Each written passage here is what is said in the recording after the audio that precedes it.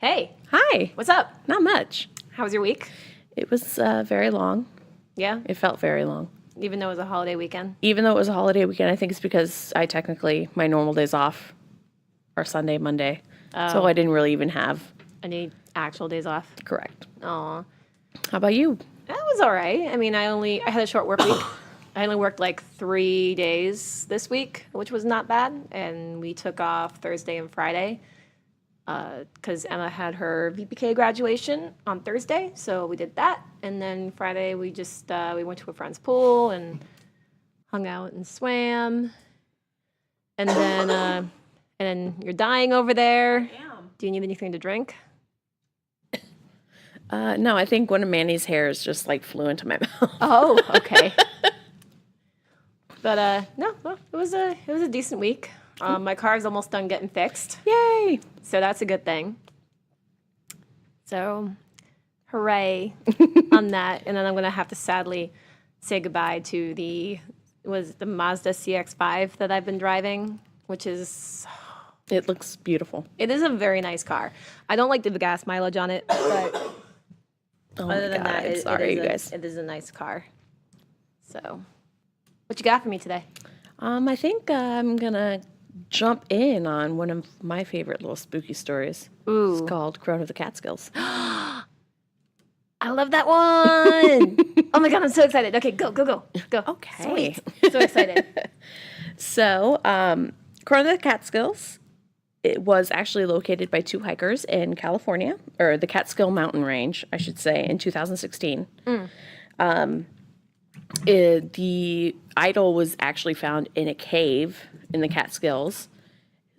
This cave is normally known for, say, rituals, satanic rituals, stuff like that, where people would go and have these long, extravagant, you would find ash all over the cave and stuff like that. So who really knows what they're actually doing in there, sort of thing. That's sketchy. And so two hikers came across this basic cave, and they went inside and they found this little idol that had a very old wooden idol, I should say. Mm-hmm. Very old. It had been in there for decades. And then it also had nails placed in its eyes. Oh. And it was said that the nails look a little bit newer. So I don't know if somebody added onto it recently or they were rusted, is pretty Okay. much what they had on them, the nails. And the newest addition was a noose tied around its neck. Oh. But so these two hikers found this idol in the cave, and one of the hikers decided, hey, I'm going to take this with me. What an idiot. That's what I'm saying here. Smart. I'm sorry. If I'm finding something in a cave, I'm leaving it there, especially if it's a cave known for satanic rituals and stuff like that. Yeah, no, I even if I came across a cave that has satanic rituals, I'd piece the fuck out of there. Yeah. I wouldn't even stick around. I'd be like 911. What the fuck? Well, it's funny because the two hikers, one of them was actually trying to get the friend to not take it. Because they are kind of they're the smart ones. the smart one, pretty much. Yeah, the But smart the one one. that took it is actually a very big skeptic and, paranormal, satanic stuff. So he's like, it's not going to really do anything to me. It's just an idol. Yeah, what could go wrong? Yeah, what could go wrong? Oh, wait, everything. Everything. Oh, shit. So, I want to say about a few weeks later, the story was actually posted on Reddit.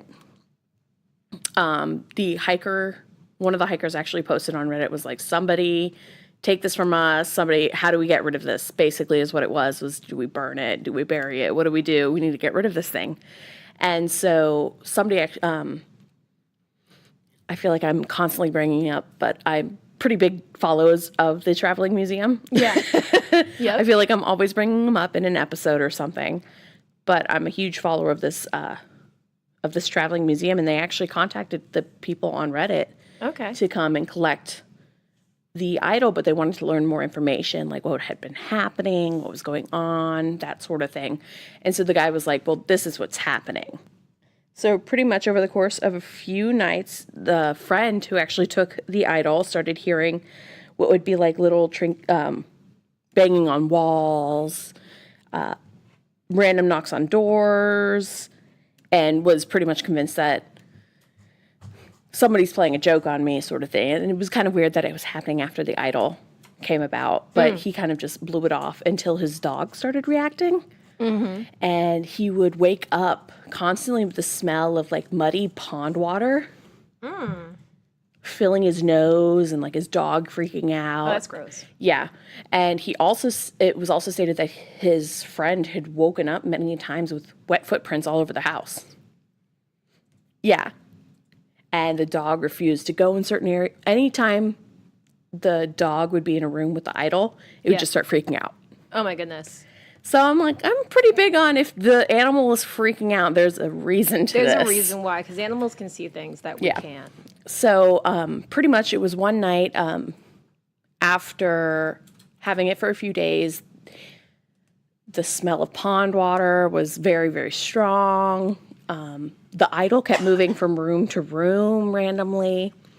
And I want to say it was about 3 a.m. When he heard a knock on the door. And so he went to go open the door. He opened the door. Nobody was there. The sensor lights didn't kick on, nothing. But it was clear as day, knock on the door. And he's like, okay, that's weird. And then the dog started growling at something in the hallway. And that's when the friend was like, no, I can't take this anymore. And took the dog and brought him over to his friend's house, the one that he went hiking with. Yeah. So they're there, and he stayed the night. And then they went back the next day in daylight. And they walk into the house, and the idol had been thrown from the table into the wall, like somebody had literally thrown it. Oh, shit.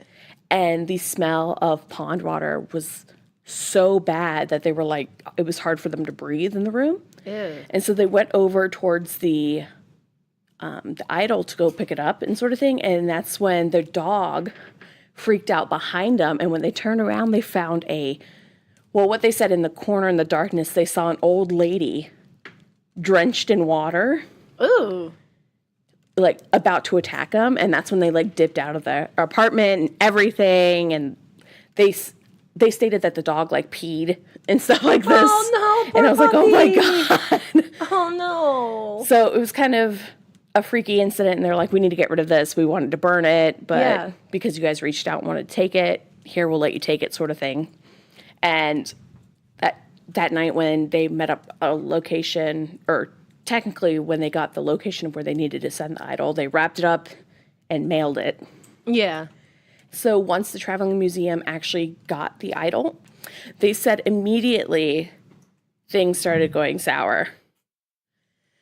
So when they got this, they got all the measurements that they needed. They took the pictures that they needed to do, and then they went on about their day. And they said that when they first got it, they got a very uneasy feeling. And then they started to smell pond water. Oh, no. And I'm like, oh my God, pond water is like, that's such a weird smell. It's moldy. It's like It's moldy a very smell. moldy, musty, Algae-ish type of, scent. Yeah. Ugh. And I could just only imagine that filling your house. Yeah. Ooh. So pretty much they stated that they'd closed the door, they closed the office door, they went on about their day, and then all of a sudden it was like something in the room was being like thrown around. They heard a screech kind of thing, and they thought it was their cats fighting. So they got up to go to the office thinking maybe they were in the office. Yeah. Door was locked. Cats were in a different room underneath the bed freaking out. And so they opened the door and they noticed that the crone was no longer on the desk, but had itself been moved. But a crucifix on the wall had been broken in half. Oh, shit. And the nails from the crucifix for the hands and the feet had gone missing. Oh, no. So this pretty decent-sized crucifix gets Yeah. broken in half. The Jesus part is on the ground. Yeah. The other part is still on the wall, swinging, hanging on by one thing. Yeah. And so they were like, okay, that's very weird.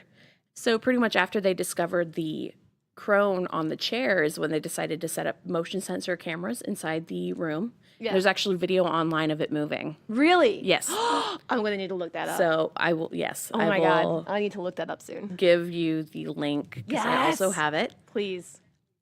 And also, after that, they noticed not much movement, but it was about 2 months after the crone that they noticed in the office it had gotten very muddy smell again, the pond water.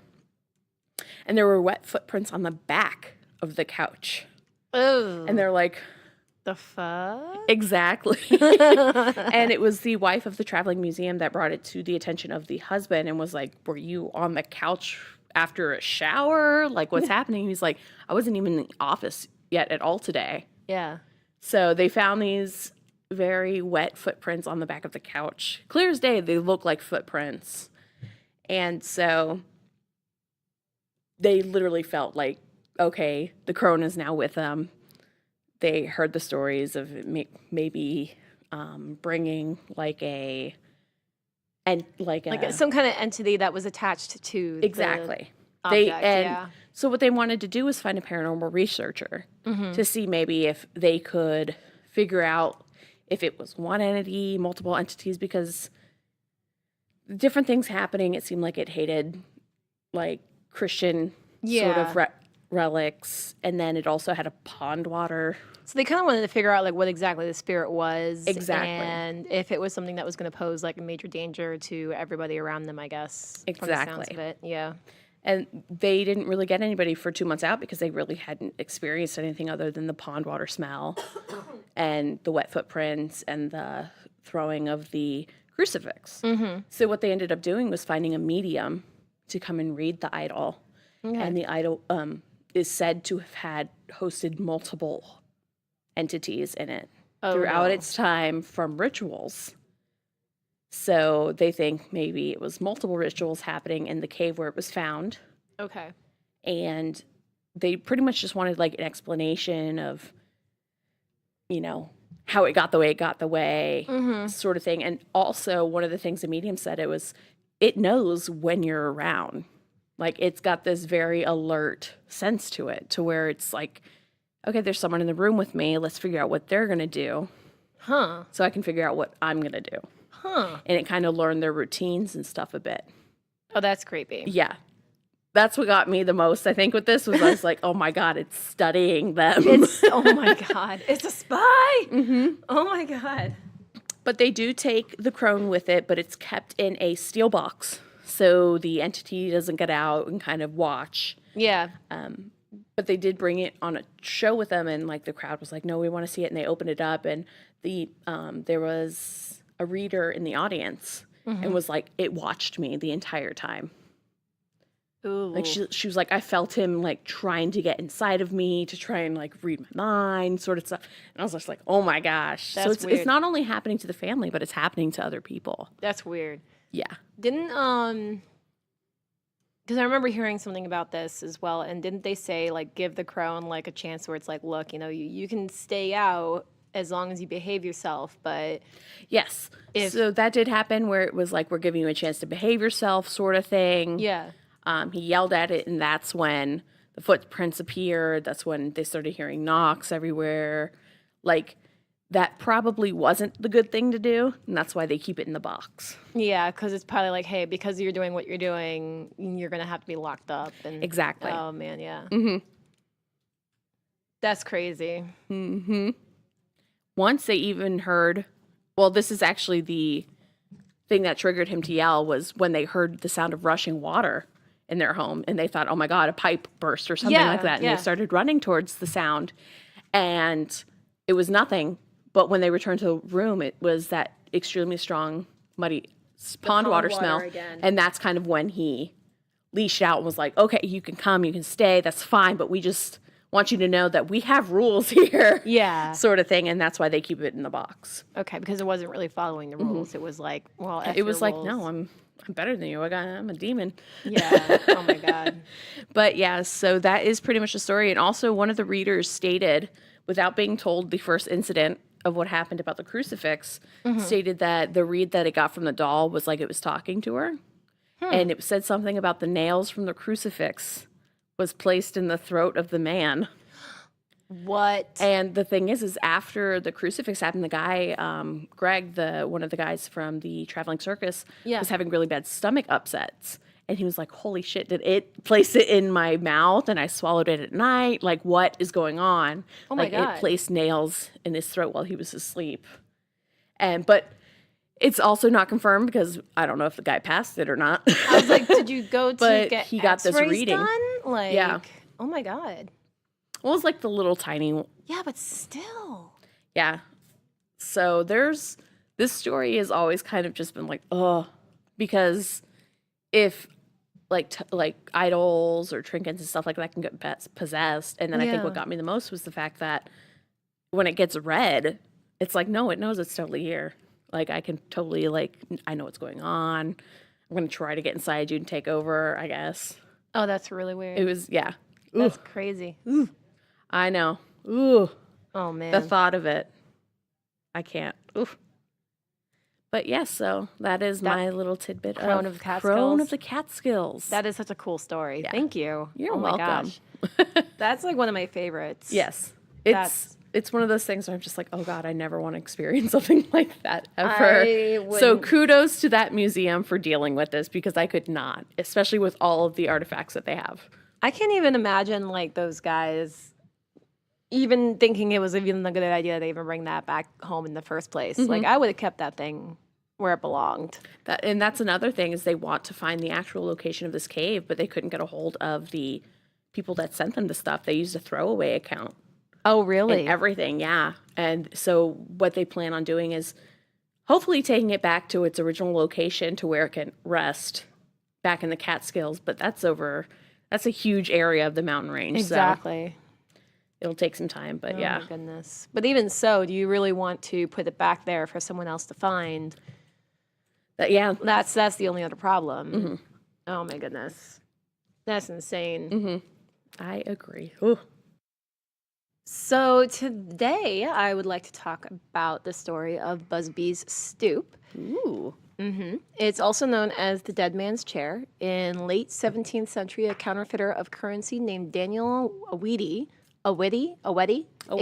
A-W-E-T-Y, Awety. yeah, I butchered that one, moved to the small town of Kirkby Wiske, which is located along the River Wiske, a little northwest of Thirsk in North Yorkshire, England.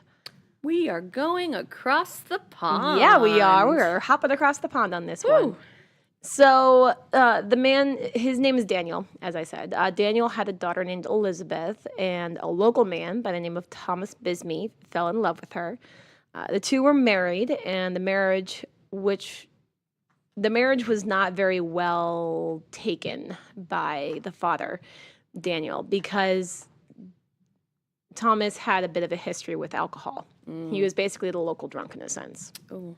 Yeah. However, though, over time, Busby and Daniel did become business partners, and even though they were business partners, again, because of the alcohol and everything, there was a bit of a Tension and everything like that. Exactly. So Elizabeth and Busby lived in the local inn, which was perfect for Busby's alcoholic lifestyle.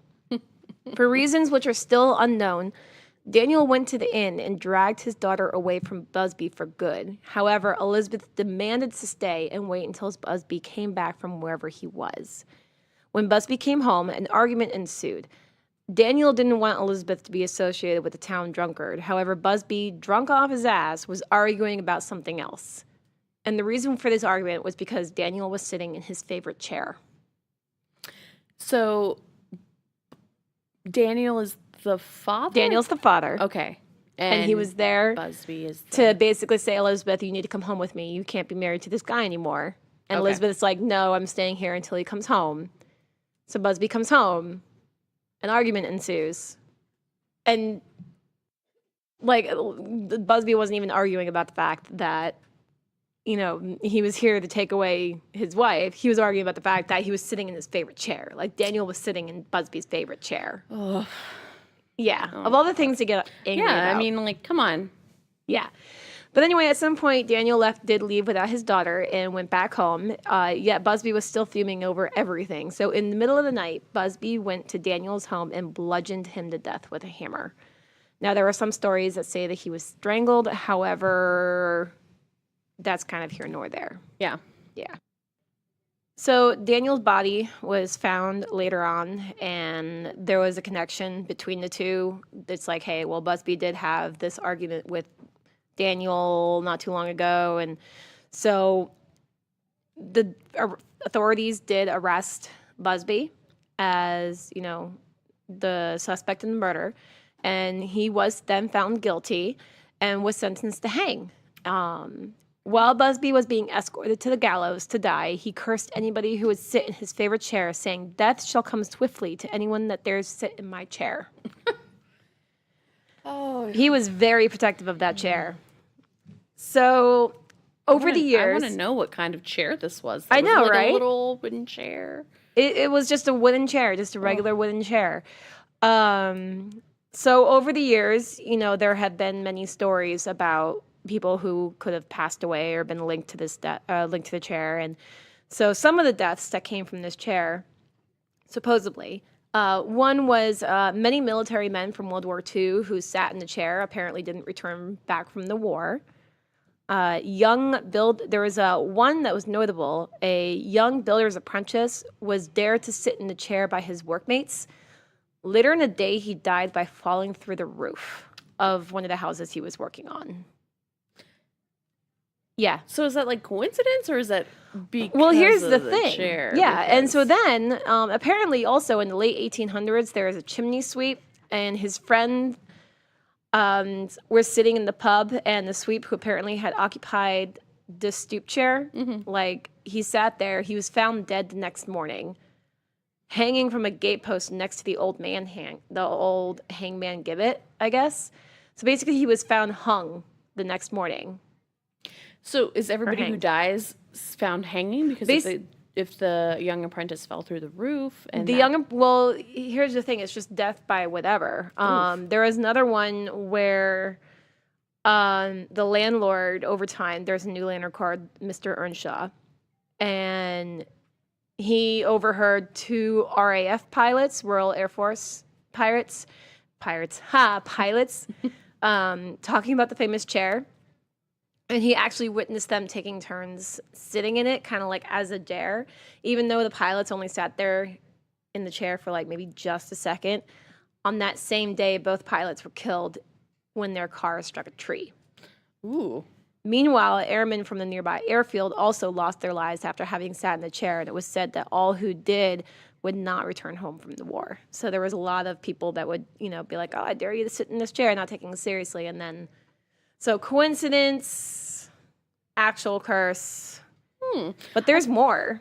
Ooh. So there were also other accounts of several motorcyclists and bicyclists who, after stopping at the inn for a drink, were later involved in fatal collisions with automobiles. There's also a man who sat in the chair who died of a massive heart attack the following night. There was a hitchhiker, after spending time in the pub for refreshment, and who presumably occupied the famous chair, was struck and killed by an automobile 2 days later. The inn itself was becoming more and more famous as these stories became widely circulated, and most folks agreed that it was either the most amazing coincidence ever or an actual example of a curse. There was also a delivery man that sat in the chair. It was stored away in the cellar. And because after generations of this happening, the landlord was like, no, we're putting this in the cellar. We're getting it away from the people because there's just too many coincidences, deaths that are occurring around this. Can't take any precautions. But for some reason, a delivery man was there in the basement for whatever reason. Probably sat down for a second. He literally just sat down for a second. Oh, Just my because he gosh. was tired. He sat down. He died later in the evening after he lost control of his car. Wow. So at that point, the owner of the pub had enough, and he contacted a local museum called the Thirsk Museum. So now the chair is hung up basically out of reach Good. on the wall from those who are like actually curious to see if it's a real thing or not. However, the chair was examined by historians, and it's actually proven that the chair itself is not one that could have been used by Busby because it was made at least 130 years after. So where's the original chair? Exactly. Oh, somebody switched it out probably. It could be, or maybe this is just a myth in general, but I mean, I feel like it could have been, but I also feel like after the delivery man, they probably were like, yeah, we got to get rid of this thing. Somebody probably took it. I was like, hey, they're not going to notice. Looks Who knows? exactly alike. Who knows? Who knows? Ooh. But either way, I mean, the chair now sits in a museum, Which is good, out of reach. out of reach. It's literally hung up like on the wall, like way up by the ceiling. If you look up Busby's chair, like you'll see it. It's literally up there. It's like no one's like, no, you're not allowed to. You're not allowed to sit, and that way, like no one actually sits in it or anything. So, Okay. but yeah, that's my quick little blurb for today. It's a little quick one. Yeah, but I mean, it's still very interesting. Mhm. You never think of just a chair being haunted. Yeah, there was also another thing too where I heard where there was a woman who was just cleaning it and somehow the next day died because of something. She was just dusting it, and just because she dusted it. Oh. Yeah. So, like, can't even touch it. Yeah. No touching. Which makes me believe, like, okay, well, if you can't even touch it, then how did it get down in the basement and that person who moved it didn't, like, die? Dun, dun, dun. Dun, dun, dun. I don't know, but that was my little quick blurb for this episode. you. Sorry, It was it very wasn't fun. too, crazy long and in depth or anything, but Still very interesting. we will have a better one next episode. I thought it was good. Yeah, I liked it. I did too. So this is episode 6. Yes. We are like 6 weeks into this thing. I can't believe it. How crazy is that? It's wonderful. It has been a wild ride. It has. Yeah. And I'm very appreciative of this experience. This is awesome. I'm very glad that you agreed to do this with me. Hey, I've always wanted to do something with the paranormal, and I so love here we listening are. to paranormal, true crime, and all those conspiracy theory stuff. Yeah. And then the next episode, we're going to have a true crime story. Yes. That we were going to record in like 5 minutes, but Yes, true crime and conspiracy and theories. conspiracy theories. We're kind of branching out a little bit here. Yeah, we're just going to talk about some of our favorite stuff. Yep. So, which leads us to where you guys can find us. Exactly. So, Stephanie. So, you can find us on Facebook.com at Cheers from the Grave. You can also find us on Twitter at Cheers from Grave, Instagram at Cheers from the Grave, and our website, cheersfromthegrave.com. We're also on Patreon. It's Cheers from the Grave. We have a $2 and a $5 tier. Donations to our Patreon will basically help us not only pay off the equipment that we had to buy, but also on top of it, it helps pay the servers used to host our audio for this. It also helps pay for advertising for us, which is very helpful. And on top of that, by being a Patreon donor, there are a number of different perks for that. If you're in the $2 tier, you'll get a one-time shout out on one of our episodes, as well as social media. There's also a bonus episode featuring listener stories. However, that's kind of a little bit on the back burner until we actually get more listener stories in there. Yes. You also can listen to our podcast a day early. I was able to find out that there's a way of being able to submit a link 24 hours, well, not really 24 hours, but like a good couple of hours in advance before actual drop date on Thursdays. So you can listen to it on Wednesday, a day before. You get a personal thank you message from us on Patreon, and also our never-ending love and devotion. Yes. That is the $2 Tipsy Grave Diggers. We also have a Staggering Zombies, which is $5 or more. You get all the Tipsy Grave Diggers benefits. Plus, you get access to bloopers, Q&A sessions, which is something that we will probably be doing at some point when we actually get $5 donators. At this time, we only have one Patreon donor, just one. Yeah, so if you guys want cool extra perks, come on and join us. Come on. And then also you get personal thank you cards. Yes. Which we all signed and is pretty cool. So you get all of that. So if you do like what you hear and would like some extra bonus points, then please become a patron on patreon.com/cheersfromthegrave.